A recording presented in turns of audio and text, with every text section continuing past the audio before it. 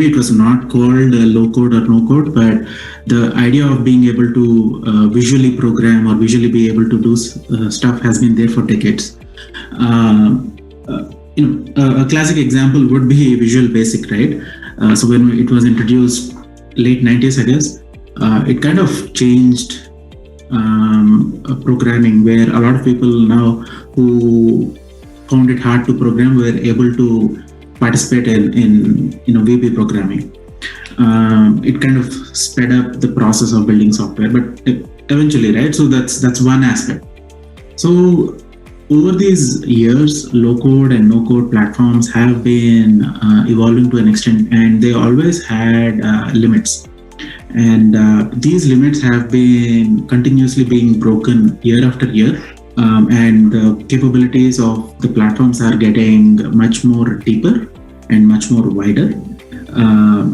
So much so that now you can build fairly complex solutions on top of a no-code platform or a low-code platform.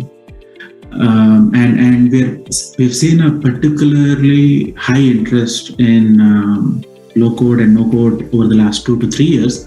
The reason, it kind of, I think the pandemic kind of triggered that or acted as a catalyst where it allowed the no-code platforms or the low-code platforms to be able to get much more higher attention because of the speed at which they are able to deliver solutions. And when the pandemic hit, people needed to quickly make changes in how work is done. One, obviously there is the ability, the infrastructure required to be able to work remotely.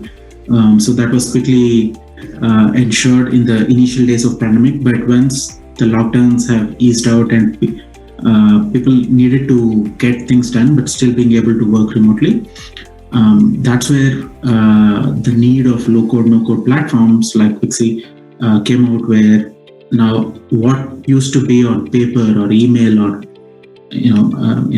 say all of these unstructured processes needed to be brought into a much wider and a single unifying platform where all these processes can be automated and from, let's say, field force or manufacturing plants to the backend office, and then eventually all of that culminating into a decision management system.